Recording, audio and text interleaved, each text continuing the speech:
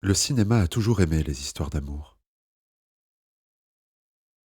Lumière d'été, Belle de nuit, La baie des anges, Les enfants du paradis. Les tourments de milliers de cœurs se révèlent sur grand écran depuis plus d'un siècle. De la fin du 19e siècle au début des années 50, ces récits prirent vie sur film nitrocellulose. La nitrocellulose est une matière obtenue par nitration de fibres de coton. Elle porte aussi le doux nom de fulmicoton. Une matière délicate, conçue à partir de fibres délicates, mais pouvant s'auto-enflammer à partir de 170 degrés. Cette matière était d'ailleurs initialement utilisée comme explosif en artillerie pour faire les premières poudres sans fumée. Mais revenons à nos collodions. 170 degrés, c'est beaucoup, et l'on prend peu de risques à l'utiliser dans les cabines de projection. Le problème, c'est que si le film n'est pas conservé dans de bonnes conditions, celui-ci se dégrade assez rapidement et devient alors extrêmement inflammable.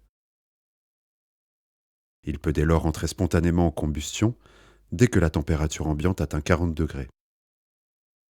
Et les 40 degrés, dans un projecteur, on les atteint rapidement. Des dizaines de salles s'enflamment, et les incendies de cinéma défraient la chronique. Irlande, 1926, incendie du Dromcollogher. Canada, 1927, incendie du Laurier Palace. Écosse, 1929, incendie du Glen. De plus, une fois le film nitrocellulose enflammé, rien, ni l'eau, ni l'absence d'oxygène, ne peut faire cesser sa combustion avant que tout le film ne se soit entièrement consumé. Peu à peu remplacé par le film acétate, l'utilisation et la projection de films nitrates sont finalement interdits en France en 1961. Cependant, le support acétate a également un défaut. Conservé dans de mauvaises conditions, ce film peut, tout comme les histoires d'amour qu'il porte à nos yeux, être atteint d'une liquéfaction progressive, nommée syndrome du vinaigre. Mais ça,